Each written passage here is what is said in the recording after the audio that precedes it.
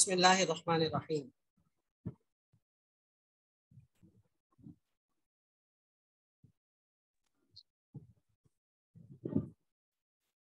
फ़न ख़त्ताती जो आज हम सीखने जा रहे हैं, ख़त सुलूस का कोर्स जो आज से शुरू हो रहा है, उस हवाले से मैं कुछ इब्तदाई बातें आपके गोश गुजार करूँगा। सबसे पहले तो ये कि कोई भी आप जब फ़न सीख रहे होते हैं, कोई भी किताब पढ़ रहे होते हैं, तो टीचर जो आपका उस्ताद होता है वो उस फ़न की अहमियत के बारे में आपको ज़रूर बताता है कि आया ये फ़न हम क्यों सीख रहे हैं, क्या वजह है कि ये फ़न हमें अच्छा लगा और हम इसकी तरफ राग़िब हुए और ये हम सीखने जा रहे हैं। उसकी कद्र अहमियत, कद्र मंजिलत वो हमारे दिल में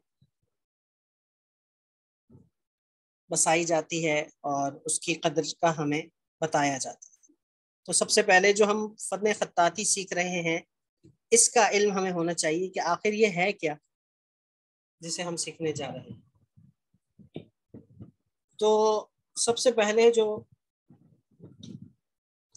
हदीस पाक में आता है कि अव्वलु मा खलक़ल्लाहु अल-लौह वल क़लम, अल्लाह ताला ने जो सबसे पहले जो चीज़ पैदा की वो लौह कलम थी। अब लौह कलम की अहमियत का अंदाज़ा आप इसी बात से लगा सकते हैं कि अल्लाह ताला ने उसे सबसे पहले पैदा किया, उससे फिर तकदीर लिखी गई। फिर अगर हम 1400 साल पहले की बात करें, यानी पूरी हज़रत आदम अलैहिस्सलाम से लेकर आखिरी नबी सल्लल्लाहु अलैहि वसल्लम तक, उस ज़माने को छोड़कर हम आखिरी नबी सल्लल्लाहु अलैहि वसल्लम के ज़माने में आए, तो आप सल्लल्लाहु अलैहि वसल्लम पर जो कुरान करीम नाजिल हुआ, उसके नुज़ूल के साथ ही, कुरान करीम के नाजिल होने के साथ साथ फ़न ख़त्ताती शुरू हो गया कि जैसे ही कुरान करीम उतरा, आप सल्लल्लाहु अलैहि वसल्लम ने सहाबाए किराम को तलब किया, उन सहाबाए किराम को जो लिखना पढ़ना जानते थे, अच्छा लिखना, खूबसूरत लिखना जानते थे, उनको फिर कुरान करीम महफूज करने का ऑर्डर जारी हुआ कि इसे लिखा जाए ताकि कुरान करीम महफूज हो सके। उन्होंने इसे कागज़ों पर, पत्थरों पर, चमड़ों पर, हड्डियों पर, लकड़ियों पर महफूज करना शुरू कर दिया, लिखना शुरू कर दिया। ये सिलसिला चलता रहा जब तक कुरान करीम नाजिल होता रहा, 30 साल तक।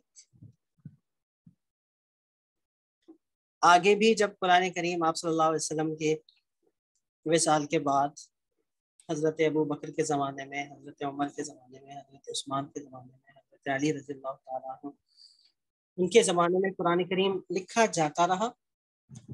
और फिर जब हज़रत अली रज़ियल्लाहु ताला अन्हु के ज़माने में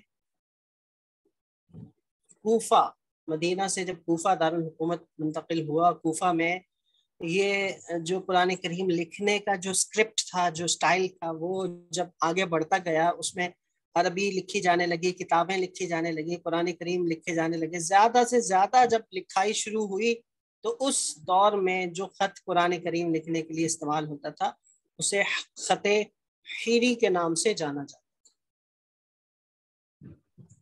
मैं यहाँ पर आपको बता दूं,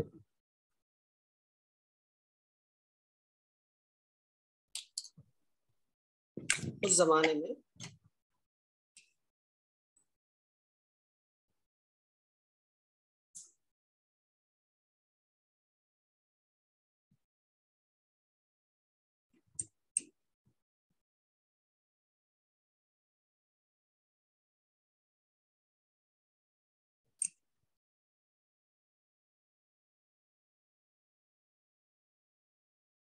वो ख़त हीरी के नाम से जाना। फिर चूंकि कूफा में आकर बहुत ज़्यादा किताबत का काम शुरू हुआ, तो हीरी का नाम ख़त हीरी से कूफी पड़ गया।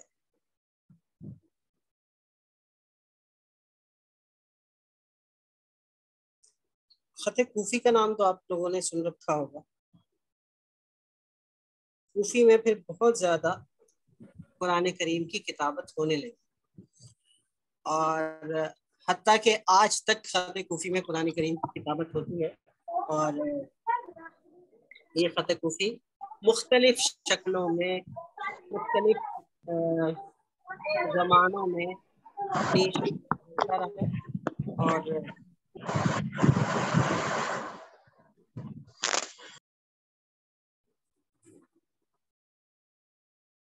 आज भी इसका रिवाज मौजूद है।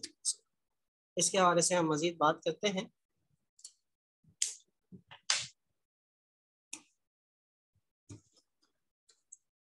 चार 100 साल तक खत कूफी में ही कुरान करीम लिखा जाने लगा। ये आपको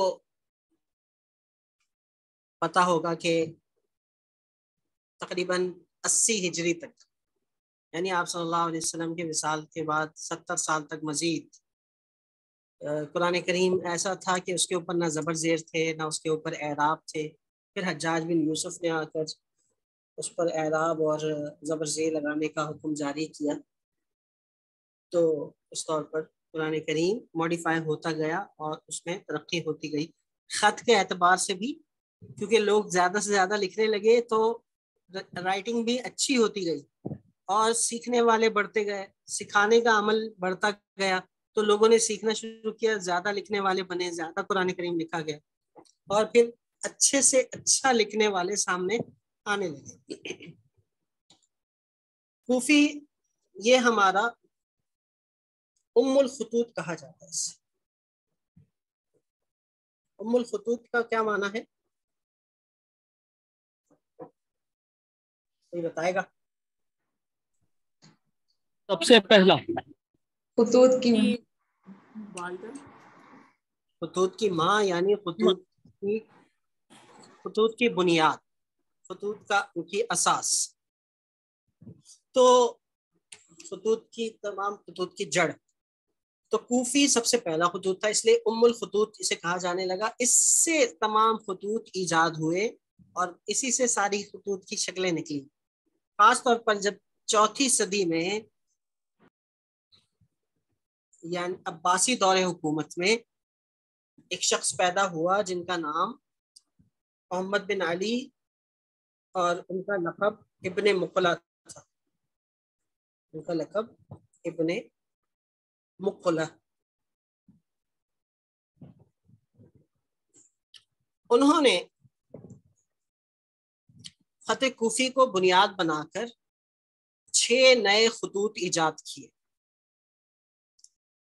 यानी ये मोहम्मद बिन अली जो थे, ये बहुत बड़े आलिम दीन थे, बहुत बड़े साइंटिस्ट थे, बहुत बड़े रियाजीदान थे और मुख्तलिफ उलूम व फ़नून में इनको महारत थी और इनके गिर्द सीखने वालों का एक मजमा वो इकट्ठा रहता था।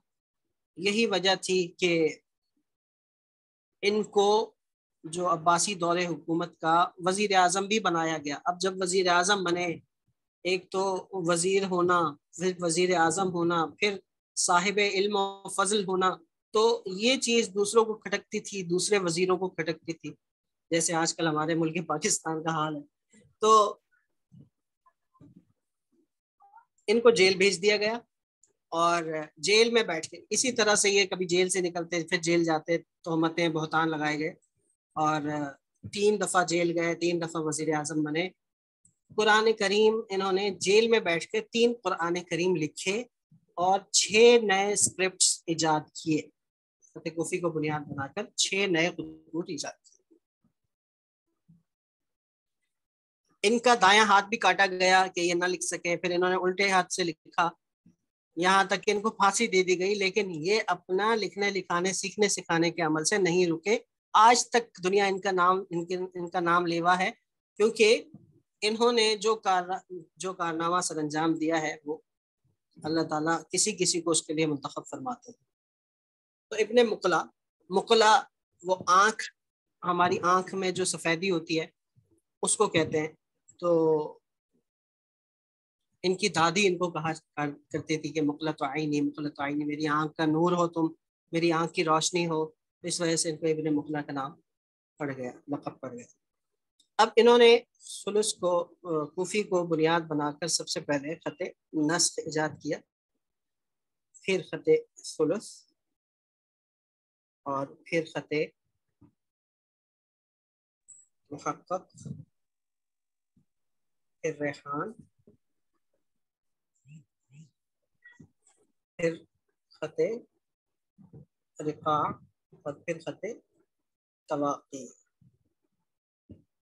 ये 6 खतूत थोड़े थोड़े फ़र्क के साथ इन्होंने ईजाद किए। यानी इसमें कुछ तब्दीलियां की, फिर ये बना, इसमें कुछ तब्दीलियां की, ये बना, इसमें कुछ तब्दीलियां की, ये बना। तो थोड़ी थोड़ी, यानी जैसे कि हम कोई नुस्खा लेते हैं ना, उसमें कुछ चीज़ों की आमेजिश करके एक नया नुस्खा तैयार करते हैं। तो यूं ऐसे इन्होंने मुख्तलिफ चीज़ों के तब्दीली से नए खतूत ईजाद किए। उस ज़माने में, यानी इब्न मुक़ल्ला के ज़माने में, इन खतूत की शक्लें थोड़ी सी मुख्तलिफ थी। आज चूंकि इनमें और तरक्की हो गई है और इसको अच्छे से अच्छा लिखने वाले लोग सामने आ गए हैं, तो आज इनकी शक्लें कदरे मुख्तलिफ हैं उस जमाने से जिस जमाने में ये शुरू हुआ था। यकीनन आप मेरी बात को समझ रहे हैं। तो ये जो 6 खतूत थे इब्न मुक़ल्ला की इजाद करदा, इनके नाम ये हैं। और नस्ख, जिसमें आज कुरान करीम लिखा जाता है, आपने मुसहफ़ मदीना भी देखा होगा, जो मदीने का कुरान करीम है, जो सऊदीया में छपता है, तो वो ख़त नस्ख में लिखा हुआ है। इसी तरह तुर्की में भी ख़त नस्ख में, तो तुर्की नस्ख में कुरान करीम छपते हैं। हमारे यहाँ जो हिंदो पाक में कुरान करीम लिखा जाता है, वो नस्ख में तो लिखा जाता है, लेकिन नस्ख की भी मुख्तलिफ इलाकों में, मुख्तलिफ मुल्कों में अलग अलग शक्लें बन गई। जैसा कि जिस तरह तुर्की नस्ख हो गया, और हमारे यहाँ जो है वो जो लिखा जाता है कुरान करीम, वो हिंदी नस्ख में लिखा जाता है। इसको हिंदी नस्ख भी कहते हैं, और इसको दहलवी नस्ख भी कहते हैं, और इसको मुगलियाई नस्ख भी कहते हैं, क्योंकि मुगल दौर की इजाद। तुर्की नस्ख वगैरह ये अलग है। सुलुस की भी 2 किस्में हैं। एक को सिर्फ सुलुस कहा जाता है, और उसका दूसरा नाम सुलुस खफी, या सुलुस आदी, या सुलुस मुसलसल। और यही वो खत है जिसे आप सीखने जा रहे हैं। जबकि इसकी दूसरी किस्म वो सुलुस जली है। सुलुस जली, एक सुलुस खफी, एक सुलुस जली। खफी छोटे को और जली बड़े को कहा जाता है। जिस तरह आपने तजवीद में पढ़ा होगा किसी ने कि सुलुस लहने जली और लहने खफी, छोटी गलती और बड़ी गलती, तो खफी छोटे को और जली बड़े को। इस तरह हम ये दोनों सीखेंगे, सुलुस खफी और सुलुस जली। सुलुस खफी सीखने से सुलुस जली आसान हो जाता है। सुलुस खफी का सीखना लाजमी है, और इसको सिर्फ सुलुस भी कहा जाता है। यानी जब हम कहेंगे कि मैं सुलुस में लिखूंगा, तो उससे मुराद सुलुस खफी है। और अगर मैं कहूं कि सुलुस जली में लिखूंगा, तो सिर्फ सुलुस जली मुराद। समझ गए मेरी बात? ये सुलुस जली, इसकी खास शक्लें हैं, ये खास शेप्स में लिखा जाता है, आपस में बड़ा कॉम्प्लिकेटेड, गुत्थम गुत्था अल्फाज ऊपर तले जुड़े हुए, ऊपर नीचे एक दूसरे से बाहम मरबूत और एक दूसरे से कनेक्टेड, और एक दूसरे के को क्रॉस करते हुए जा रहे होते हैं। जबकि सुलुस खफी में अल्फाज एक दूसरे के साथ रब्त तो उनका होता है, कनेक्टेड तो होते हैं, लेकिन हर आखिरी हर्फ अगले लफ्ज के साथ कनेक्ट होता है। ऊपर तले नहीं होते, बल्कि एक साथ जुड़े हुए होते हैं, एक लड़ी में पिरोए हुए होते हैं। इनकी मैं आपको इनका जो फर्क है वो मैं बताऊंगा इंशाल्लाह। सुलुस में थोड़ी सी तब्दीली की, मुहक्कक इजाद हुआ। मुहक्कक, फिर मुहक्कक को छोटे कलम से लिखा जाए तो रेहान बनता है। फिर इसी तरह सुलुस और नस को मिला के लिखा जाए तो खत रिक़ा। रिक़ा में थोड़ी सी तब्दीली की जाए तो तवाक़ी। यूं थोड़ी थोड़ी तब्दीली के साथ इब्न मुक़ल्ला ने ये 6 खतूत इजाद किए, कूफी को बुनियाद बनाते हुए। मेरी गुजारिश होगी कि अपने जो माइक्स हैं वो म्यूट रखें ताकि बीच में किसी किस्म का कोई शोर ना हो। सर ये आखिरी खत आखिरी खत है तवाक़ी, जिसको तौक़ी भी कहते हैं।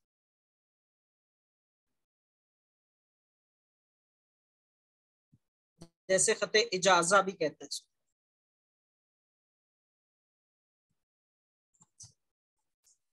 और इजाज़ा वो नस्ख और सुलूस को ही मिलकर बनता है, ये रिक़ा की ही कसम।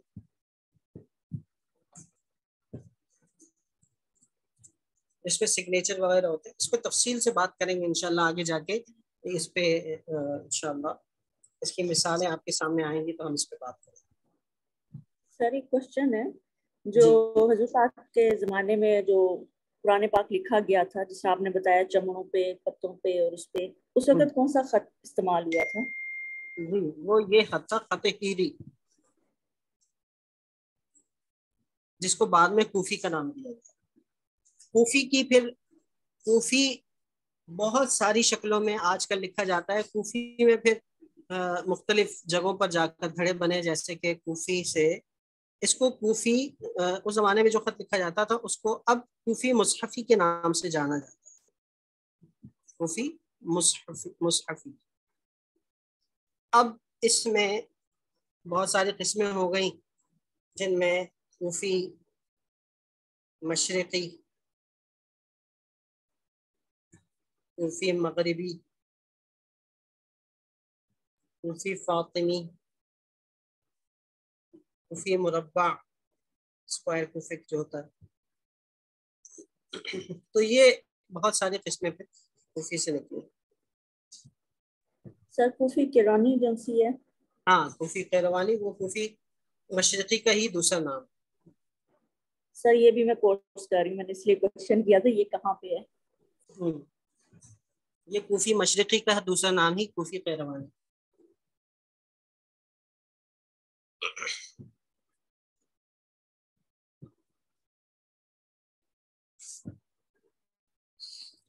यहाँ तक आपको पता चल गया। ये वो खतूत हैं जो आज भी राइज हैं, किसी न किसी दर्जे में लिखा जाता है। जैसे नस्ख कुरान करीम और छोटे मजमून के लिए, किताबों के लिए लिखने के लिए, सॉरी बड़े मजमून के लिए, जहाँ आपका कंटेंट ज़्यादा हो वो उसके लिए ये इस्तेमाल होता है। सुलस वगैरह हेडिंग्स के लिए, टाइटल्स के लिए, उन्वानात के लिए, और इसी तरह तज़यीन व आराइश के लिए, मेहमान तामीर साजी में काम के लिए, मस्जिद और मेहराब के लिए सुलस का इस्तेमाल होता है, सुलस जली का खास तौर पर। मुहक्कक में कुरान करीम लिखे जाते थे, अब भी इसका इस्तेमाल होता है सुलस के तौर पर ही। जहाँ जहाँ सुलस इस्तेमाल होता है मुहक्कक भी इस्तेमाल होता है, लेकिन सुलस के मुकाबले में अब ये कम इस्तेमाल होता है। रेहान बहुत कम इस्तेमाल होता है। रिक़ा तवाक़ी कहीं कहीं इस्तेमाल होता है, और इसकी ख़ास जगह है, उसके बारे में मैं इंशाल्लाह आपको बताऊंगा आगे जाकर, इसके हवाले से आपको पता चलेगा। इसके अलावा भी कुछ खतूत हैं जो आजकल इस्तेमाल होते हैं, लेकिन अब तक आप लोगों ने उसका जिक्र नहीं पढ़ा मुझसे, तो उनकी ज़रा आपको हिस्ट्री के हवाले से थोड़ा सा मैं आपको बता दूं कि ये खतूत चलते गए, इसमें तरक्की होती गई, यहाँ तक के सल्तनत उस्मानिया का दौर शुरू हुआ। सल्तनत उस्मानिया में जो बादशाह होते थे, और वो अपने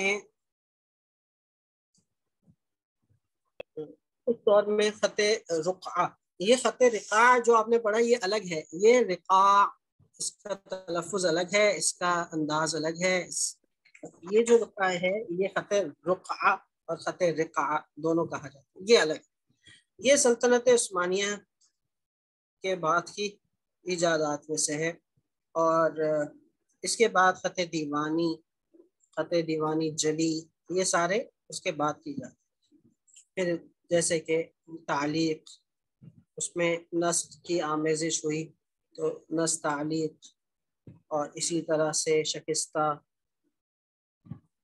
फिर फलां फलां, पता नहीं बहुत सारे खतूत। लेकिन ये वो रिवायती खतूत हैं, वो ट्रेडिशनल खतूत हैं जो अब तक चलते आ रहे हैं, जिनमें काम होता है, और जो आपको कहीं ना कहीं नज़र आते हैं फनपारों में, आर्ट पीसेस में, किताबों में और सीखने सिखाने में। हमारा जो मौजू है वो खत सुलुस है, इसलिए हम सुलुस पे बात करेंगे। सुलुस को सुलुस क्यों कहा जाता है, कौन बताएगा?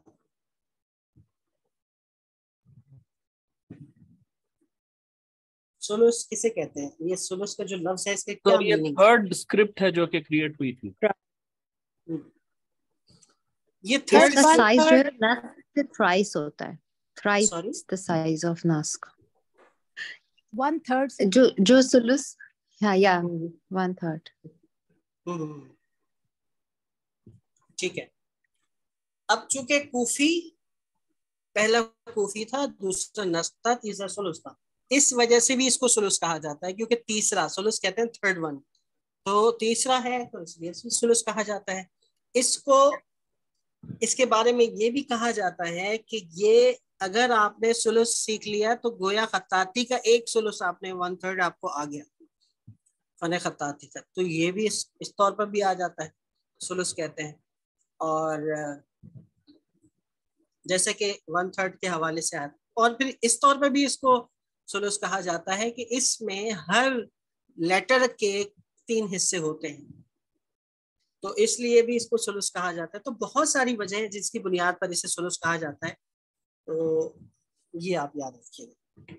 अब मैं इनकी कुछ हिस्ट्री बयान करने के बाद आपको नुक्ते का कॉन्सेप्ट समझाता हूँ, जिसका समझना आपके लिए बहुत जरूरी है, और उसके बगैर खत्ताती आप नहीं सीख पाएंगे। देखिए, हर चीज को नापने का, हर चीज को मेजर करने का कोई ना कोई पैमाना होता है, कोई स्केल होता है, कोई वो से कहते हैं कि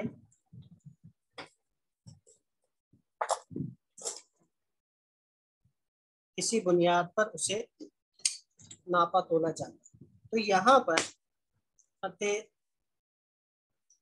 जो खत्ताती है उसको नापने का क्या मीज़ान है, उसको नापने का क्या पैमाना है, क्या स्केल है, तो वो मैं बता दूं। मिसाल के तौर पर जैसे कि आप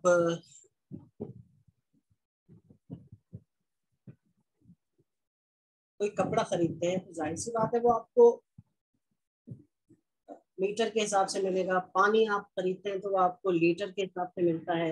कोई चीज़ गज के हिसाब से, कोई किलो के हिसाब से, कोई दर्जन के हिसाब से, तो हर चीज़ किसी न किसी पैमाने के तहत मिलती है, नापी जाती है। खत्ताती के जो हरूफ हैं, खत्ताती में हम किस चीज़ पर डिस्कस करते हैं? लेटर्स पे डिस्कस करते हैं। तो लेटर्स की बुनियाद वो नुक्ता है। नुक्ता क्या है? नुक्ता आप 45 के एंगल पे, 45 डिग्री पर, 45 के जाविये पर रहते हुए आप 4 ये इसके स्ट्रोक्स आप लगाते हैं 4 जानिब से, एक स्क्वायर बनता है, एक नुक्ता बनता है।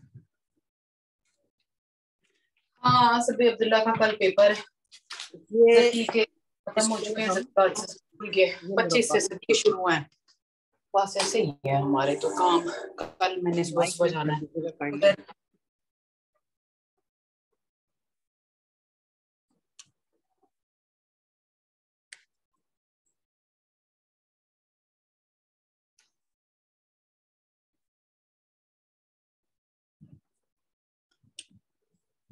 देखिए ये मुरब्बा है, स्क्वायर है, चारों जानिब से बराबर, 45 डिग्री पर जा रहा है। अब जो मुरब्बा नुक्ता होता है वो कौन से खत में मुरब्बा नुक्ता इस्तेमाल किया? आपने ये नुक्ता देखा होगा, ये एक नुक्ता वो भी होता है, किसी खत का नुक्ता वो पूरा स्क्वायर होता है। सुलुस का नुक्ता स्क्वायर से 2 स्ट्रोक बड़ा।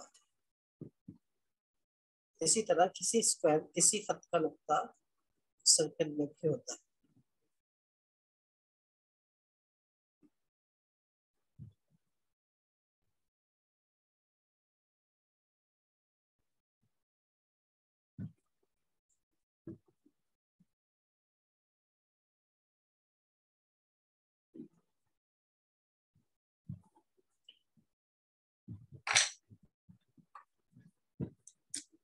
जैसे ये नुक्ता आपका नस्तालिक में इस्तेमाल, फतेह नस्तालिक का नुक्ता इस तरह से, ये नुक्ता फतेह रुका दीवानी और दीवानी जली में इस्तेमाल,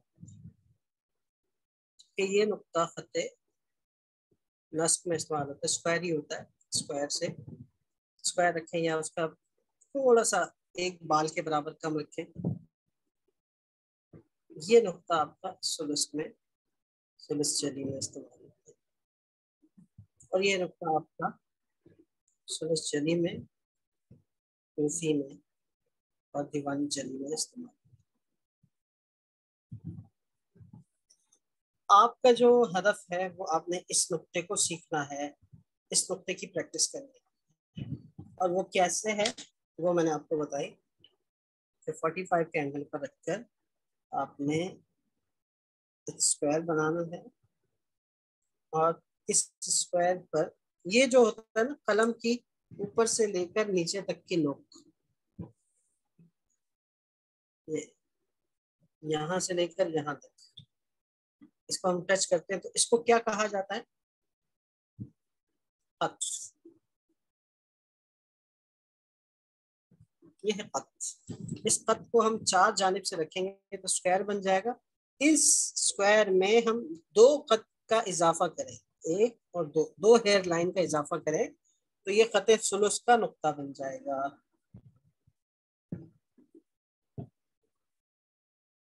ये क्लियर हो गया आपको? इतना बनाना है, ये मशक करना है। एक नुक्ता ऐसे, यस सर, दो नुक्ते ऐसे, और तीसरा नुक्ता आप नीचे बनाना है तो ऐसे, ऊपर बनाना है तो ऐसे। नीचे तो खैर सुलुस में कम ही बनता है, बनाते हैं जब मिलाते हैं उसकी कुछ सूरतें होती हैं, बहरहाल नुक्ते इस तरह से। तो इसकी आपने प्रैक्टिस करनी है, स्क्वायर से आपने थोड़ा सा बढ़ा, ऐसे प्रैक्टिस करते रहें इसकी।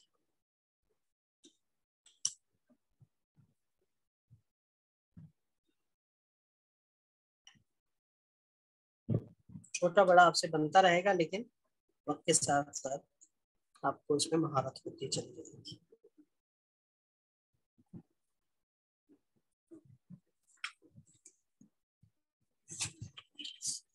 अब ये नुक्ता बनाने का मकसद क्या है? नुक्ता बनाने का मकसद ये है कि आपको सही तौर पर लफ्ज हर्फ बनाना आ जाए और उसकी मेजरमेंट आप कर सकें। मिसाल के तौर पर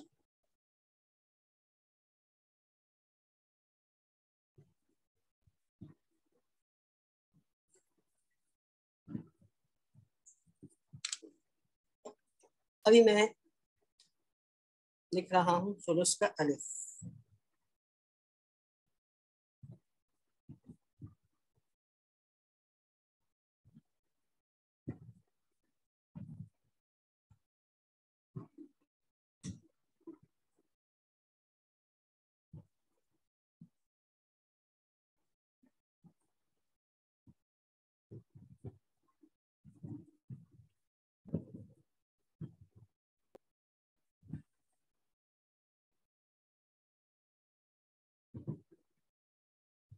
ये मैंने लिखा सुलुस का अलिफ। अब इस अलिफ की जो मेजरमेंट होगी वो हम सुलुस के नुक्ते से करेंगे। एक, दो, तीन, चार, पाँच, 6, 7, 8।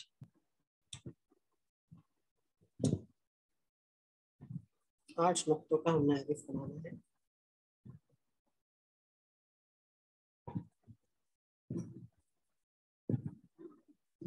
अब ये मैं आपको बताऊंगा 7 नुक्तों का भी होता है, 8 नुक्तों का भी होता है। कब और कैसे कितना बनाया जाता है वो मैं अभी तफसील की तरफ आ रहा हूँ, पहले आप जरा नुक्ते का कॉन्सेप्ट समझिए।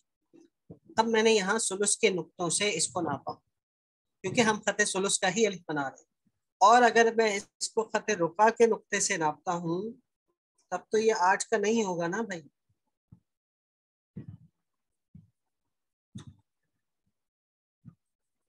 तो बात ही गलत हो जाएगी। अब देखें ये तो 10 नुक्तों का हो गया, ये ठीक है, ये ठीक नहीं है। मिसाल के तौर पर हम खत नस्तालीक का अलिफ लिखते हैं और खत नस्तालीक के अलिफ को हम सुलुस के नुक्तों से नापते हैं, तो ये तो 2.5 नुक्तों का बनता है, जबकि खत नस्तालीक का अलिफ तो 3 नुक्तों का होता है। तो आया ये दुरुस्त है या ये राइट वाला दुरुस्त है या लेफ्ट वाला? राइट। ये बात क्लियर हो गई सबको? जी सर। सही है, तो ये इसको समझना आपके लिए जरूरी है। इसके साथ साथ ये जो कलम है, देखिए आप कलम, ये कलम का जो कलम की बनावट है वो आप देख सकते हैं कि कलम की ऊपर वाली नोक है, एक नीचे वाली नोक है, फिर कलम में एक कट सा होता है, एक शगाफ सा लगाते हैं यहाँ पर। आपको नजर तो नहीं आएगा, लेकिन जैसे कि आपने देखा होगा इस किस्म के, इसमें ये शगाफ आपको नजर आ रहा है, ये कट्स नजर आ रहे हैं। तो ये शगाफ होता है, बीच में एक शगाफ होता है, और ये ऊपर वाली नोक को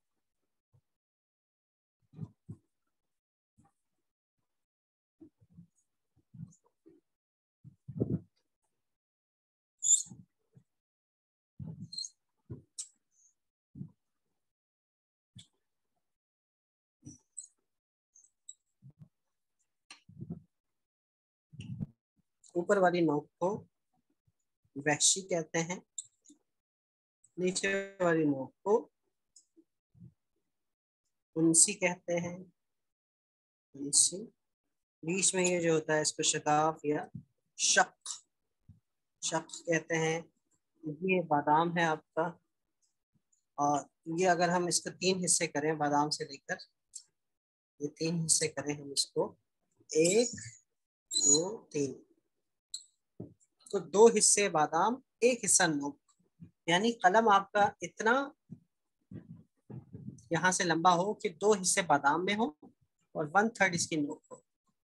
ज्यादा लंबी नोक नहीं होगी, ज्यादा लंबी नोक होगी तो फिर कलम में लचक होगी, फ्लेक्सिबल होगा, कंट्रोल नहीं रहेगा, दूर हो जाएगा, ये मसला होता है। इसीलिए इस तरह से फिर ये 25 से 30 से 25 डिग्री, अगर हम इसको यूं देखते हैं तो इसकी जो कटिंग है, इसकी जो ये देखें, ये 90 डिग्री हो गया, ये जो है आपका 25 से 30 डिग्री के दरमियान इसका कटिंग एंगल होना चाहिए। यहाँ रखेंगे आप तो ये ज्यादा तिरछा नहीं, और सॉरी ज्यादा सीधा नहीं कटा हुआ, ज्यादा सीधा नहीं कटा हुआ था, थोड़ा तिरछा कटा हुआ। खैर ये आपको अंदाजा होगा आगे जाकर। और यूजुअली ये होता है कि आजकल बने बनाए कलम मिलते हैं, या जिसको कलम तराशना आता है तो और अच्छी बात, जिसको नहीं आता तो वो हमारे YouTube चैनल पर उसका वीडियो, कलम तराशने का लिंक वीडियो देख सकते हैं। ये कुछ बातें थी जो मैंने आपको बताई। अब आते हैं अलिफ की जानिब। अलिफ लिखने से कबल और अलिफ को समझाने से कबल मैं आपको ज़रा बताता चलूँ कि हमने नीयत करनी है और खालिस इखलास के साथ हमने इस काम को सीखना है। क्योंकि देखें, हमारा अलिफ लिखने का मकसद कुरान करीम लिखना है।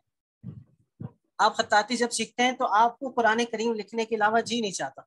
आप सोचते हैं कि मैं कुरान करीम लिखूं, मैं हदीस पाक लिखूं, मैं अशार लिखूं, मैं कसीदे लिखूं, इस किस्म की चीज़ें, मैं अरबी इबारतें लिखूं, मैं अरबी मकूले लिखूं, ऐसी चीज़ें सीखने को जी चाहता।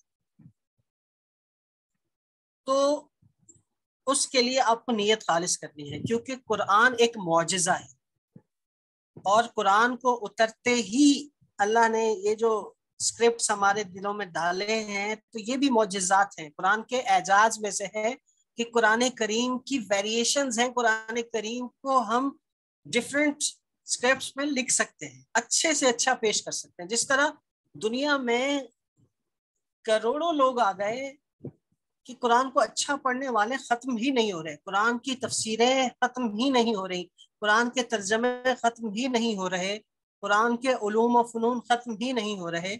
इसी तरह कुरान को अच्छे से अच्छा लिखने वाले पैदा होते जा रहे हैं। क्यों? कि कुरान के साथ लौ लगा लें, कुरान को अपना ओढ़ना बिछोना बना लें, कुरान के साथ अपनी कुरान के मुताबिक जिंदगी को ढालें। और ये हम जो लिखने जा रहे हैं, ये हम अपने कलम से अल्लाह का जिक्र करने जा रहे हैं। ये बात आप हमेशा ध्यान में रखें, क्योंकि आपको पता है कि हदीस शरीफ में आया है कि इन्नमल अमालु बिन्नियत, अमाल का दारोमदार नियतों पर है। अगर आप नियत करते हैं, और फिर मैं एक और बात बता दूं कि एक और हदीस में है कि अल्लाह के नबी सल्लल्लाहु अलैहि वसल्लम ने फरमाया कि जो मैं ये नहीं कहता कि अलिफ लाम मीम एक हर्फ है, बल्कि अलिफ एक, लाम एक और मीम एक हर्फ है, फिर हर हर्फ के बदले 10 नेकियां मिलती हैं। तो अलिफ लाम मीम पढ़ने के बदले कितनी नेकियां मिलेंगी? 30 नेकियां। फिर एक और हदीस है कि अल्लाह के नबी सल्लल्लाहु अलैहि वसल्लम ने फरमाया कि जो कुरान करीम पढ़ता है सीखने की गर्ज से और उसे उसमें अटकता है, तो उसको दोहरा अजर मिलता है, उसको डबल अजर मिलता है, दुगना अजर मिलता है। तो जब कुरान करीम को पढ़ने के बदले 10 नेकियां हैं और अटक अटक कर पढ़ने से 20 नेकियां हो जाती हैं, तो कुरान करीम यही नीयत जब हम लिखने में करेंगे कि हम कुरान लिखना सीख रहे हैं और उसके लिखने के लिए हम अलिफ सीख रहे हैं, और अलिफ को हम अटक अटक के लिख रहे हैं, सीख रहे हैं, ठीक नहीं हो रहा, तो हमें कितनी नेकियां मिलती चली जाएंगी? भाई नीयत पे डिपेंड करता है ना। तो अल्लाह ताला कितनी नेकियां देंगे, ये तो हमारे वहमो गुमान में भी नहीं है। और ये तो हमारी गिनती है कि 10 और 20 और 70, अल्लाह के हाँ तो भाई वल्लाहु युदाइफु लिमन यशा, जिसके लिए अल्लाह दुगना कर दे, अल्लाह की गिनती तो किसी शुमार में नहीं है। तो इसीलिए नीयत खालिस कर लें कि हम अल्लाह के लिए सीख रहे हैं, और इसको इस गर्ज से नहीं कि हम इसके जरिए कोई पॉपुलर हो जाएं, कोई फेम हमें मिल जाए, इससे पैसा कमाएं, या नहीं। जब हम नीयत खालिस करेंगे, उसके हरूफ को, कुरान को बेहतर से बेहतर लिखने के लिए सीखेंगे, तो इंशाल्लाह अल्लाह ताला इज्जत भी देंगे, शोहरत भी देंगे, माल भी देंगे, सब कुछ देंगे। उसके ज़िम्मन में पूरी दुनिया आ जाती है, और आखिरत तो है ही। तो इसका सही इस्तेमाल, नीयत सही हो। फिर असातिज़ा किराम लिखने से पहले एक दुआ बताया करते हैं, वो दुआ आप मेरे साथ पढ़ लें। आप जब भी लिखने बैठेंगे, मशक करने बैठेंगे, वो दुआ आपने पढ़ लेनी है। वो मैं इंशाल्लाह लिख कर भी आपके ग्रुप में सेंड कर दूंगा। मेरे साथ पढ़िएगा। बिस्मिल्लाहिर्रहमानिर्रहीम।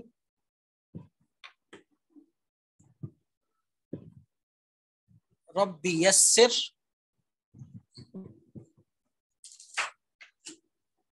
वला तुअस्सिर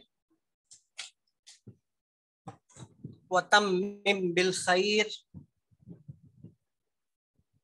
वबिका नस्तईन या फत्ताह। इसके मतलब है कि अल्लाह आसान फरमा, इसे मुश्किल ना फरमा, और इसे खैर के साथ इख्तिताम फजीर फरमा, और तुझी से हम मदद मांगते हैं ए दिलों को खोलने वाले। तो जब हमारी नीयत खालिस होगी तो अल्लाह ताला वक्त में भी बरकत देंगे, कलम में भी बरकत होगी, अल्फाज में रूह होगी, रूह, लफ्ज बोलेंगे, बेजार नहीं होंगे, क्योंकि ये अलिफ ये अल्लाह की तरफ जा रहा है। तो आइए हम अलिफ आपको समझा देते हैं। अगली क्लास के लिए आप लोगों का सबक अलिफ होगा। अलिफ में थोड़ी सी तफसील है, मैं ज्यादा डिटेल में बताया करता हूँ ताकि आपको सही समझ में आ जाए। ज्यादा डिटेल बताने का ये मकसद नहीं है कि आप समझें कि खत्ताती तो बहुत मुश्किल काम है, नहीं। आपकी आसानी के लिए मुश्किल जरूर है, इससे कोई इनकार नहीं, लेकिन नामुमकिन नहीं है। आपने जब नियत कर ली है तो आप इस सफर का आगाज आप कर लें, क्योंकि चलेंगे तो बढ़ेंगे ना आगे, वरना तो सोचते ही रहेंगे। तो 13 साल पहले मैंने भी इसी तरह शुरू किया था। आज अल्हम्दुलिल्लाह कुछ ना कुछ लिख लेते हैं उसकी बरकत से।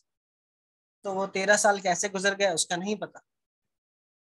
इसी तरह जिंदगी तो गुजर जाती है, लेकिन जो इसके अंदर सुकून मिलता है ना, वो आपको किसी और चीज में नहीं मिलेगा, क्योंकि हम अल्लाह का कुरान ही तो लिख रहे हैं।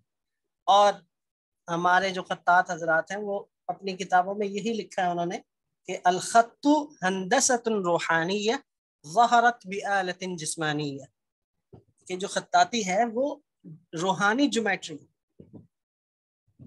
ये अगरचे ये हाथ के जरिए से इसका ज़ुहूर हुआ है, लेकिन ये रूहानी ज्योमेट्री। तो इससे जो इसकी जो स्ट्रोक्स हैं उसको उससे जो आपको सुकून मिलेगा वो किसी और चीज में आपको नहीं मिल सकता सिवाय कुरान करीम। तो एक तो आपने कलम इस तरह पकड़ना है कि कलम की जो ऊपर वाली वहशी नोक है उसकी सीध में आपने ये अपनी शहादत की उंगली रखनी है, और ये जो नीचे वाली नोक है इसके बराबर आपका ये अंगूठा होना चाहिए, और आपकी बड़ी उंगली पर कलम टेका हुआ हो, कलम पर टेक लगाना है। आपकी जो बड़ी उंगली है ये इस बादाम से आगे न निकली हुई हो, यानी ये यहाँ ऐसे रखना है, या फिर ऐसे पीछे आ जाती है, ये नीचे आ जाती है उंगली, या फिर ये आगे चली जाती है और इसके ऊपर कलम को टेका जाता है। यूजुअली हमारे यहाँ जो स्टूडेंट्स ज्वाइन करते हैं वो पेंटिंग से उनका ताल्लुक होता है, तो पेंटिंग में ब्रश की आदत होती है, और ब्रश में ये होता है कि ब्रश तो ऐसे पकड़ा जाता है, खड़ा होकर ऐसे काम किया जाता है। तो आमतौर पर फिर स्टूडेंट्स जब काम करते हैं तो ये जो हड्डी है ये वाली हाथ की, इससे आगे ले जाते हैं कलम को। तो ब्रश की तरह कलम नहीं पकड़ना, बल्कि इसको इससे पीछे रखना है। ऐसे हाथ का जो नर्म हिस्सा है इसके ऊपर आपने कलम रखना है, ताकि कलम की ऊपर वाली और नीचे वाली दोनों नोकें कलम पर टच रहें। अगर आप ऐसे कलम को खड़ा पकड़ेंगे तो ऊपर वाली नोक काम करेगी और नीचे वाली नहीं लिखेगी, तो आप बोलेंगे सर ये तो अलिफ सही नहीं बन रहा। तो कलम की जब ये यूं पकड़ेंगे और फिर ये लिखेंगे तो फिर तो आप सही तौर पर लिख पाएंगे। तो इस तरह इस चीज का ख्याल रखिएगा। दूसरा ये कि कलम और कागज के दरमियान और आपकी आंख और कागज के दरमियान तकरीबन 1 फुट का फासला हो, 12 इंचेस रखें। झुक के ना लिखें, टेक लगा के लिखें, मध्यम रोशनी में ना लिखें, अच्छी रोशनी हो, ब्राइट रोशनी हो, दिन की रोशनी हो तो और ही अच्छी बात है। तो ये सारी चीज़ें आपने, और कागज भी सीधा, हाथ भी सीधा, सर भी सीधा, तो इस तौर पर लिखें ताकि आगे जाके मुश्किलात ना हो। दुआ के बाद हम आगाज करते हैं, और आप चाहें तो पहले नुक्ते की प्रैक्टिस करेंगे। आपने नुक्ते बनाने 8 नुक्ते आप बनाएंगे।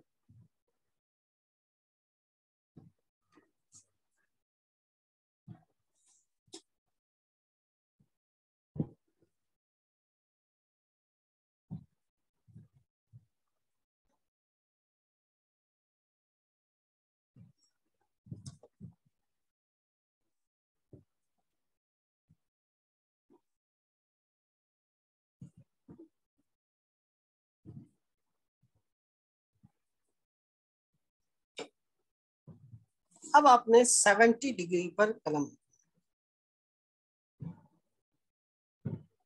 70 डिग्री, हर हर्फ में ऐसा नहीं होगा। खत सुलूस में जो आने वाले लेटर्स हैं हर एक में जाविया चेंज होता है। कहीं कलम आपका बिल्कुल 90 पे हो जाएगा, कहीं 80 पे हो जाएगा, 70 पे हो जाएगा, कहीं बीच में चेंज करना पड़ेगा। तो डिफरेंट अलिफ की बात कर रहा हूँ, ये रखा। अलिफ में ये चीज होती है कि मैं आपको पहले समझाता हूँ। अलिफ कुछ यूँ होता है, पहला हिस्सा थोड़ा सा लेफ्ट से घूम के राइट पे आता है, फिर बीच वाला हिस्सा थोड़ा सीधा जाता है, फिर आखिरी हिस्सा यूँ होता है। ये मैंने ज्यादा घुमा के बताया, इसमें हल्का सा खम होगा, लचक होगी, लोच होगी, जो कि मैं अभी बता रहा हूँ।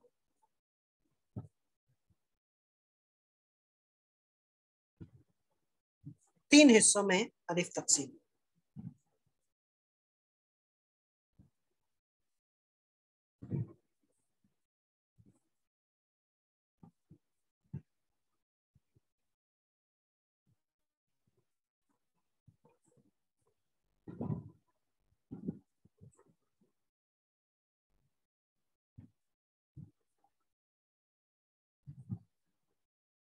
यानी एक नुक्ता बनाया ऊपर, सुलुस का नुक्ता, इसको 2 लाइनों में हमने तकसीम किया।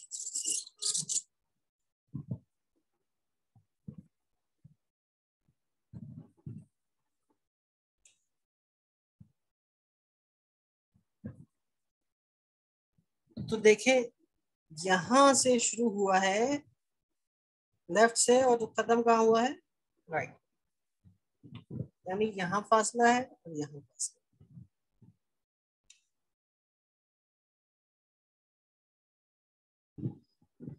ये हिस्सा लेफ्ट से शुरू के थोड़ा सा घूम के राइट पे आएगा, फिर सीधा आएगा ये स्ट्रोक, और ये आहिस्ता आके मुड़ेगा और लेफ्ट पे चले जाएगा। इसमें तो आपको कलम नहीं घुमाना, हल्का सा ऐसे ये करना है, थोड़ा सा इधर आकर फिर इधर जाना। जबकि ये 2.5 नुक्तों का है, ये देखें ये पहला हिस्सा 2.5 नुक्तों का, दूसरा हिस्सा 3 नुक्तों का, तीसरा हिस्सा फिर 2.5 नुक्तों का, 2.5 3 2.5, तो ये 8 हो गया।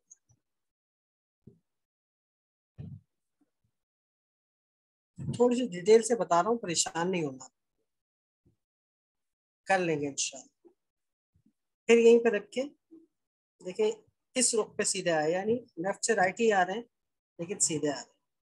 कलम हमारा वही 70 है। अब क्या करेंगे, ये जो तीसरा हिस्सा है ना, इसमें कॉमन गलती ये होती है कि ऐसे करके यूं कर देते हैं, पतला भी हो जाता है, मुड़ भी जाता है। तो इसमें ये करना होता है आपने कि ये करके आपने कलम ऐसे लेटा हुआ है ना, कलम ऐसे खड़ा हो जाएगा, वो नीचे है ना, ऐसे हो जाएगा, दोनों नोकें लगी रहेंगी। अब क्या करना है, अब आपने अपने अंगूठे को अंदर की तरफ दबाना है, यानी ये ऐसे कर दूंगा मैं, आहिस्ता आहिस्ता ऐसे होगा तो ये कलम पतला होता जाएगा। ऐसे करूंगा ना,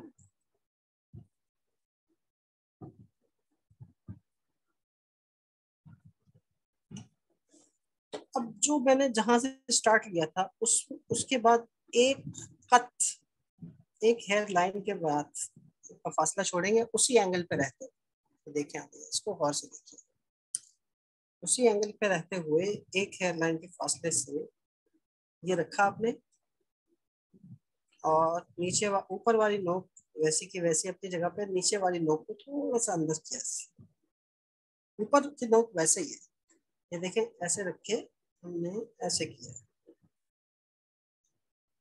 अब फिर आप नीचे ले आए, नीचे ले आए और 2 हिस्से बाहर, एक हिस्सा अंदर।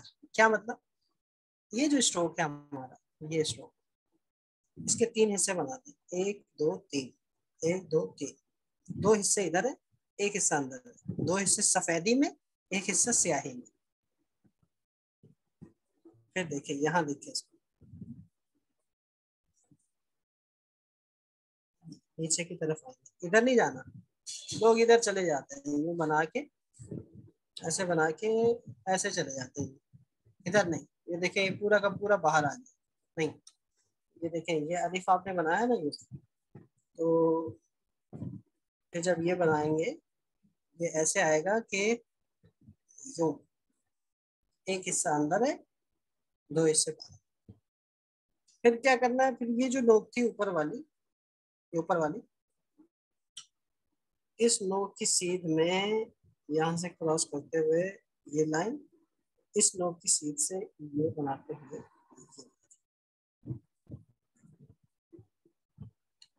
ये आपका ताज बन गया, अलिफ का ताज।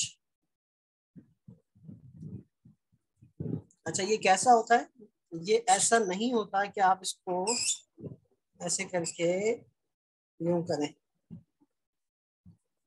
ऐसे बिल्कुल यहाँ से पॉइंटेड नोक नहीं है, बल्कि कैसे है कि ये ऐसे आके आगे से हल्का सा ऐसे,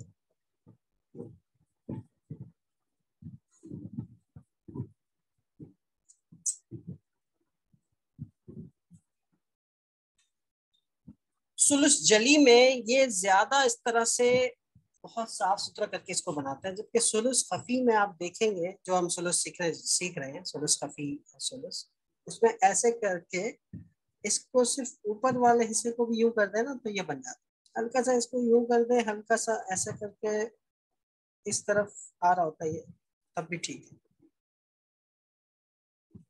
और अगर आप यूं करते हैं तो ठीक है भाई, अच्छी बात। यहाँ पर ये देखें, ये चीज होती है, बिल्कुल बारीक बता रहा हूँ। ये थोड़ा सा यूं है, फिर ऐसे है, फिर ऐसे, क्योंकि ये जो स्ट्रोक है ना यूं, ये जब आ रहा है तो ऐसे रुका, तो रुका तो ये वाला स्ट्रोक बन गया। बाज लोग इसको ऐसे करके जब यूं बनाते हैं तो ये बना के ये बनाते हैं, उसके बाद इसको ऐसे गोल कर देते हैं, ऐसे गोल। ये ठीक नहीं है, तरीका ये है। करते हैं यो भी, लेकिन ये ज्यादा सही, यही बेहतर है। तो ये खुद ब खुद फितरी तौर पर निकल के आता है। मेरी बातें मुश्किल लग रही हैं आप लोगों को? नहीं सर, बहुत अच्छी तरह समझ आ रहा है। चलें जी, अच्छी बात। अलिफ, मैं आपको बता दूं कि कहीं आप देखेंगे कि अलिफ खासतौर पर सुलूस जली में कि अलिफ बड़ा है, यानी 15 नुक्तों का है, 20 नुक्तों का है, 10 नुक्तों का है, 12 नुक्तों। अलिफ बड़ा हो या छोटा हो, यानी कॉम्पोजिशन में जब हम बनाएंगे किसी शेप में, जैसे कि हम ऐसे शेप में बना रहे हैं, ऐसे कुछ लिख रहे हैं, कोई ऐसा लफ्ज आ गया कि वो यहाँ से यहाँ तक अलिफ को लाना पड़ा, तो अलिफ तो लंबा हो जाएगा, कुछ अलिफ छोटे हो जाएंगे बीच में, ऐसी कॉम्पोजिशन है। तो अलिफ का ये वाला और ये वाला हिस्सा इतने का ही रहेगा, ये 2.5 नुक्तों का ही रहेगा। जब अब अलिफ लंबा करना होता है तो सिर्फ और सिर्फ इस हिस्से को लंबा करना है। यानी मैं अगर बड़ा अलिफ बनाता तो मैं क्या करूंगा कि ये हिस्सा मेरा 2.5 नुक्तों का ही रहेगा,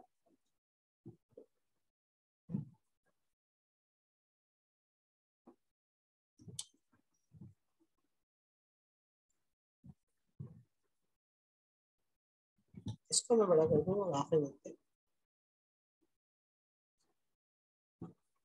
बात समझ में आ गई?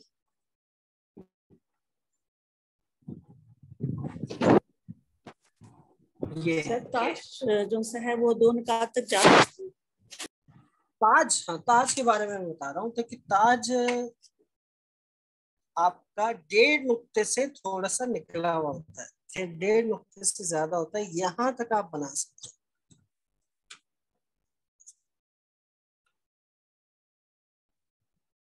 2 नुक्ते तक नहीं है। 2 नुक्ते तक सर बहुत अगर बड़ा आप हो से जाता कह है। रहे हैं 10 निकात तक कर लंबा कर रहे हैं, तब भी ये 1.5 नुक्ते तक कर ही रहेगा। हाँ, 1.5 से थोड़ा सा ज्यादा होगा, यानी 2.25 नुक्ते। ताज उतना ही रखें, ताज ज्यादा बड़ा ना करें, ताज बड़ा नहीं होगा, ये हिस्सा बड़ा। ये सुलूस जली में जब कोई कॉम्पोजिशन आती है ना, मिसाल के तौर पर मैं आपको दिखाता हूँ।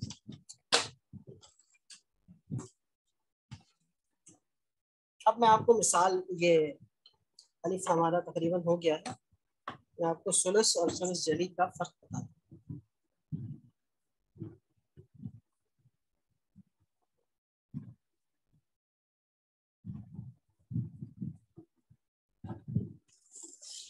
जैसे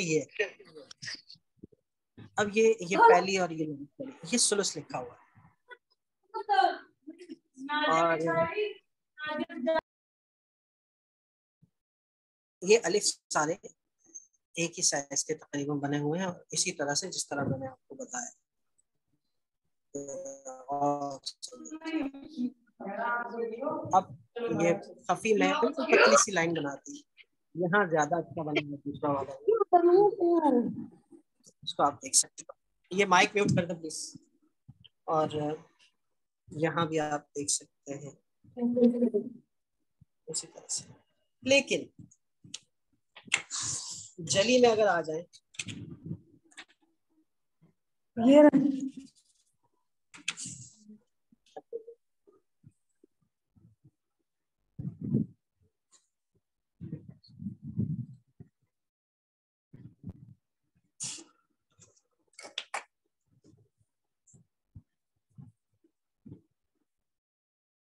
अब ये देखें, ये दोनों अलिफ है, लेकिन ये लंबा है, इससे थोड़ा सा लंबा है। और इसमें देखें बिल्कुल खूबसूरत सा, और ये लेफ्ट से थोड़ा सा राइट आता है। जली में फिर ये होता है कि जली में हम अलिफ को खफी के मुकाबले में थोड़ा सीधा कर देते हैं, जबकि खफी में आपको वो एंगल्स नजर आएंगे। जैसे कि ये इसमें देखें आप, लेफ्ट से राइट आता हुआ ये महसूस हो रहा है, ये जली है। जली में भी यही हुआ है, कहीं कहीं जली में बिल्कुल सीधा कर देते हैं। ये सुलस जली है क्योंकि ये ऊपर तले एक दूसरे के साथ काफी मिक्स अप। अब यहाँ ये छोटा बना दिया इसको, और यहाँ बड़ा बना दिया, यहाँ बड़ा बना दिया, तो कंपोजिशन के हिसाब से जली में छोटा बड़ा होता रहता है। जबकि ये खफी है। ये खफी क्यों है? ये तो देखें जिक्र के ऊपर वाव है, फिर नाम वाव के ऊपर नून है। खफी में ऐसा नहीं होता। सुलस खफी में खफी का हर आखिरी हर्फ अगले हर्फ से जुड़ा होता है। वाव के साथ जाल, जाल के साथ बा, ये तो अलिफ जुड़ नहीं सकता, तो ता ता, ता के साथ अलिफ, ये इधर, ये इधर, ये इस तरफ, ये इधर, ये इधर, इसके बीच में वाव आ जाता है। ये इधर वाव आ सकता है, बीच में अलिफ आ सकता है, जैसे यहाँ है। ये टच हुआ इसके साथ, ये इसके साथ, ये इसके साथ, नाम अलिफ यहाँ आ सकता है। ये सारे रूल्स मैं आपको बताऊंगा कॉम्पोजिशन के। इंशाल्लाह आप लोग खुद कॉम्पोजिशन बनाने के काबिल हो जाएंगे। आज तक ये होता है कि आप लोग कोर्सेज करते हैं, आप लोग कॉम्पोजिशन और ये जबर जेर इसके कवानीन का पता नहीं चलता। लेकिन मेरा कोर्स करवाने का मकसद यही होता है कि आप बजाय इसके कि नकल करें, ट्रेसिंग करें किसी के काम को कैनवस पे, बजाय इसके कि आप खुद इस काबिल हो जाएं कि आप अपनी कॉम्पोजिशन बनाकर उसे पेश कर सके। लेकिन उसके लिए वक्त दरकार है, बहुत मेहनत करनी है, बहुत मशक करनी है। उस हवाले से मैं आपसे जिक्र कर दूं कि आपने ये सारी चीजें देखनी है। मैं आपको बहुत सारे लिंक्स भेजूंगा, किताबों के हवाले भेजूंगा, उसमें आपने देखना है। सिर्फ आपने कलम से मशक नहीं करनी, आपकी 3 किस्म की मशक होगी। नजरी मशक, फिक्री मशक और कलमी मशक। नजरी, फिक्री, कलमी। नजरी क्या है? देख के, नजर से देख के लिखना। फिक्री क्या है? फिर इसको सोचना कैसे लिखा गया है, इसकी शक्ल कैसी है, इसका साइज क्या है, इसकी बनावट कैसी है, इसका रुख कौन सा है, कैसे बनेगा ये। और कलमी मशक क्या है? जब आप कलम से इसको लिखेंगे तब कैसे बनाएंगे। तो कलमी मशक के वक्त 2 मशकें, आपकी पहली 2 मशकें जरूर होनी चाहिए। यानी जब आप लिख रहे होंगे तो आप देख भी रहे होंगे उस्ताद के काम को, और आप सोच भी रहे होंगे। तो कलमी मशक के साथ साथ फिक्री और नजरी दोनों मशक होती रहेंगी। जब आप कलम से न कर रहे हो, जैसे वैसे ही मोबाइल स्क्रॉल कर रहे हैं आप और किताब देख रहे हैं, तो उस वक्त भी आपकी फिक्री और नजरी मशक दोनों होनी चाहिए। किसी मशक से आपका दिमाग खाली नहीं होना चाहिए, हर वक्त मशक करते रहें आप, चाहे फिक्री हो, कलमी हो या नजरी हो। नजरी मशक, नजरी और फिक्री मशक अगर आपकी होगी तब आप खत्तात बन सकेंगे। यानी असातिज़ा 80-20 का रेशो रखते हैं। 80% आपको नजरी मशक काम दिखाती है, ज्यादा जो असर होता है वो आपका 80% नजरी मशक का, फिक्री मशक का होता है, और 20% आपकी कलमी मशक होती है। क्योंकि जब आप देखते हैं तो आपको लिखने को जी चाहता है, आप अच्छा काम कर सकेंगे। जब आप देखेंगे नहीं किसी चीज को, तो फिर आप, ये ऑब्जर्वेशन है ना, ये 80% होनी चाहिए। नजरी मशक आपने ज्यादा करनी है, ये बात आप जो है पल्ले बांध लें।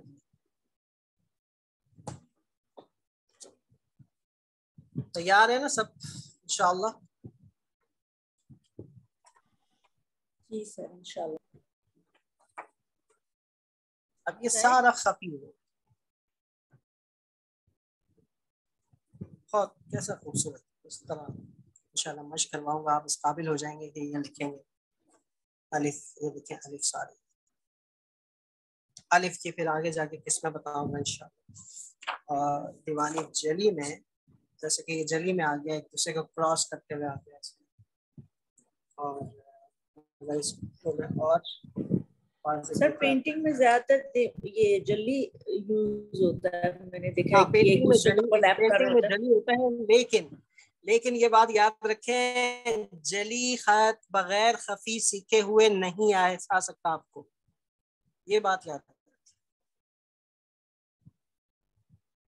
बगैर खफी के जली आपको नहीं आ सकती, ये याद रखें।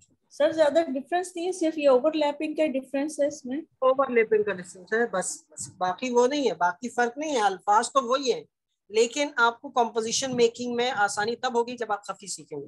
पहले लफ्ज तो बनाना है ना आपको, फिर कंपोजिशन की तरफ आएंगे आप। लफ्ज ही नहीं आएंगे तो कंपोजिशन कैसे बनेगी, मुझे बताएं। ये देखिए सारे अलफ, अब ये बड़ा है, ये छोटा है, ये बड़ा, तो ये कंपोजिशन को देख के खफी में आपने अभी जो आपने बनाना है वो 7 या 8 नुक्तों का ही बनाना है, उससे छोटा नहीं बनेगा। कंपोजिशन में आके 5 नुक्तों का हो जाता है, ज्यादा 20 भी, ज्यादा 25 भी, 50 नुक्तों का भी हो जाता है, तो वो तो फिर कंपोजिशन की बात है ना, कंपोजिशन को देखते हुए। लेकिन यहाँ पर आपने जो बेसिक्स में सीखना है वो तो यही सीखना है कि आपका अलिफ वो 8 नुक्तों का ही हो और उसमें वही एंगल्स हों जो मैंने आपको बताया। तो आज के लिए इतना काफी है, अलिफ काफी है, या मैं आपको बा भी सिखाऊं? एक दिन का गैप है बीच में, तो आपने नुक्ते की प्रैक्टिस भी करनी है, अलिफ की प्रैक्टिस भी करनी है। अभी बोझ थोड़ा कम रखता हूँ, अलिफ पे हाथ जमाएं, क्योंकि अभी आपको इंक का भी प्रॉपर इस्तेमाल करना और कलम को कैसे चलाना है, नुक्ता कैसे बनाना है, तो इसमें आपको प्रॉब्लम होगी। तो अलिफ आप बेहतर करें इंशाल्लाह, अलिफ सीखेंगे तो बहुत कुछ आएगा। अलिफ आएगा आपको तो काफ में भी आसानी है, लाम में भी आसानी है आपको इंशाल्लाह, लाम अलिफ में भी आसानी है। तो अलिफ आपको और भी बहुत सारे लेटर्स में काम आएगा। जी सर, सबसे ज्यादा मुश्किल अलिफ, आइन और जी में। जी। तो ये इसको आप ज़हन नशीन कर लें और इंशाल्लाह फिर आपसे परसों मुलाकात होगी। कोई किसी का सवाल हो आज की क्लास के हवाले से? सर जी सर, आपने 3 कलम हमें हमसे मंगवाए थे, तो उनमें से कौन से कलम से हमें लिखना हाँ होगा? जी, आप लिखें 3mm से। Okay sir. बहुत अच्छी बात आपने याद दिलाई, मैं बिल्कुल ही मेरे जहन से निकल गई थी। आपने करना क्या है कि आपने मश्क कैसे करनी, तो एक तो आप ग्लॉसी पेपर होगा आपके पास, ग्लॉसी पेपर है, जैसे आर्ट पेपर है या मैट पेपर है या कैलेंडर पेपर है, वो मैट ही होता है, उस पर आप लिखेंगे। और जो हमारे ट्रेडिशनल स्टूडेंट्स हैं जो जिस तरह ये मुक़हर वगैरह जिनको अहार पेपर बनाना आता है, उस पर प्रैक्टिस करें तो और अच्छी बात है। तो उसमें फिर आपने उस्ताद शौकी का कुर्रासा में आपको शेयर करूंगा, एक सिलेबस है, एक निसाब है। उस्ताद शौकी आज से 150 साल कबल गुजरे हैं तकरीबन, और उन्होंने जो खत सुलूस में काम किया है वो आज तक उसकी कोई मिसाल नहीं है। तमाम असातिज़ा, तमाम जो इंस्टीट्यूशंस हैं उनमें वही सिलेबस सिखाया जाता है, उसी के तहत खत सुलूस और नस्ख सीखा जाता है।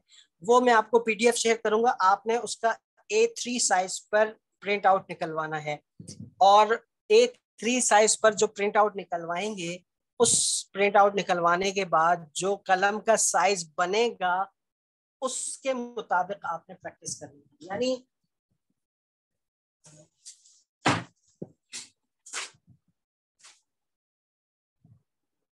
एक मिनट रुकिएगा।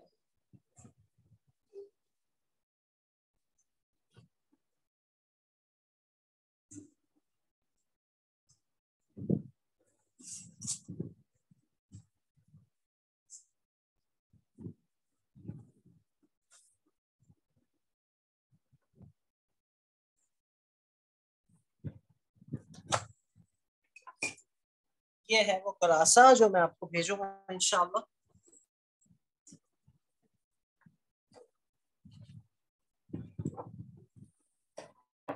जैसे ये है वो अलिफ वाला सफ़ा मेरा इधर उधर हुआ है, तो इस तरह ये A3 साइज है। अब इसमें आपका जो कलम का साइज आएगा ना, तकरीबन वो 3 मिलीमीटर आएगा। तो इससे आप मशक करें, इसको आप ट्रेस भी कर सकते हैं। मैं तो आपको समझा रहा हूँ, आपने देखना है उस्ताद के काम को है, यानी उस्ताद शौकी को देख के करना है काम। मैं आपको उस्ताद शौकी के हरूफ को एक्सप्लेन कर रहा हूँ। हमारा जो बुनियाद है, असास है, वो यही होगी, क्योंकि सिलेबस होगा। एक टीचर आपको पढ़ाता है तो वो किसी और ऑथर की किताब को पढ़ाता है ना, तो मैं उस्ताद शौकी की किताब पढ़ा रहा हूँ, तो इसको देख के आपने मशक करनी है। ये आपका मदरसा है, ये आपका स्कूल है।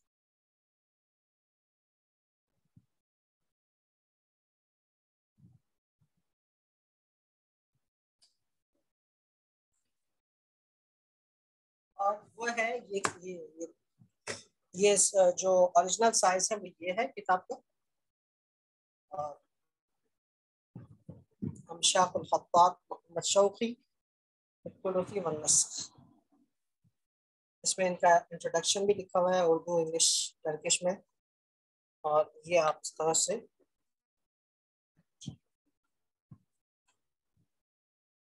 फोर MM के लिए अब थोड़ा सा आप बड़ा करवा लें, यानी A3 का अगर आप करवाते हैं तो उसका कोई 50% बड़ा उसका इनलार्ज करवा दें उसको। यानी अगर आप 200 पे इनलार्ज हो जाता है ना, A4 आपका तो 100 है A4, A3 आपका 200 हो जाएगा। तो 4 MM के लिए देखें 250 पर इनलार्ज करवा दें आप A4 के पेपर को। तो जैसे ये आ गया। अब ये अब आपने इसको देख के लिखना। ये यहाँ देखें आप, ये 8 नुक्तों का अलिफ बा ता ये सिखाऊंगा और इसी तरह से आपने लिखना। ये दुआ आपने पढ़ लेनी है, ये वहाँ लिखी हुई है। रब्बी ऐसे वाला तस्से रब्बी तम्मिम बिल खैर व बिहिल आउन, बहुत सारे अल्फाज मिलते हैं। रब्बी ऐसे वाला तस्से रब्बी तम्मिम बिल खैर व मिनहुल इनायत व रशाद। ये खत नस्ख है, इसको आप फिलहाल ना लिखें। ये ऊपर वाला और ये नस्ख है। ये पूरा कुरासा मैं आपको भेजूंगा, कुरासा और सिलेबस है ये, और इसी का आपने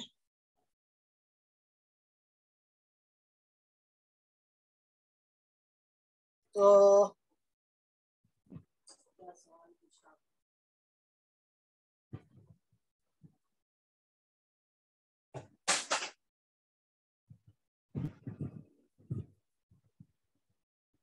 3 MM से करें आप। 4 MM और 5 MM अभी रख दें साइड पे, वो हम आगे जाके आपसे उससे काम करवाएंगे। अभी आपने जो प्रैक्टिस करनी है वो 3 MM से करें। जिसके पास 3 नहीं है तो 4 से कर सकता है।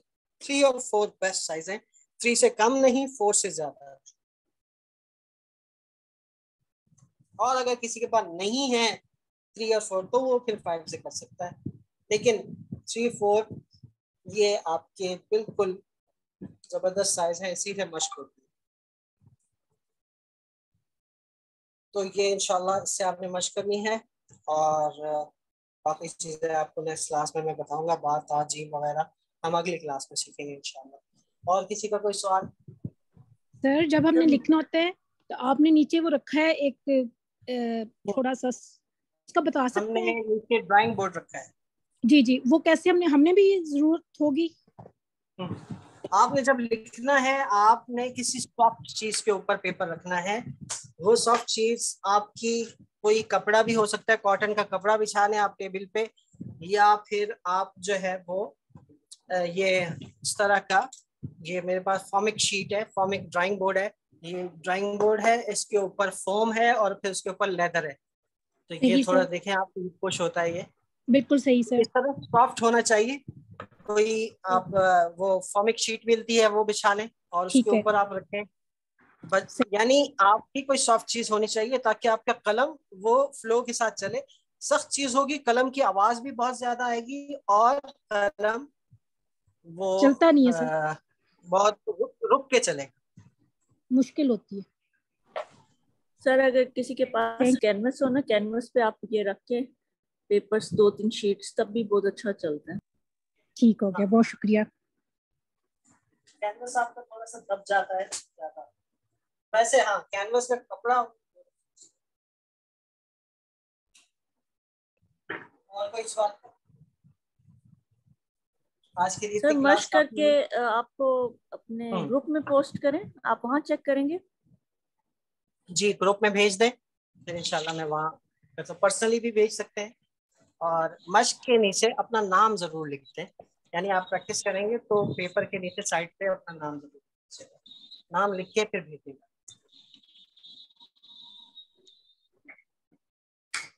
आज के लिए इतना काफी है इंशाल्लाह। मुझे दुआ में याद रखिएगा। और इसकी वीडियो मैं आज ही इंशाल्लाह अपलोड कर देता हूँ यूट्यूब चैनल पे, उसका लिंक आपको भेज दूंगा। आपको जो मदद लेनी होगी वो आप उससे लेते रहिएगा, वीडियोस देखते रहिएगा। और उम्मीद करता हूँ आपको आज की क्लास पसंद आई होगी और आपने बहुत कुछ सीखा होगा। फी अमान अल्लाह, अल्लाह हाफिज़, अस्सलाम वालेकुम व रहमतुल्लाहि व बरकातहू।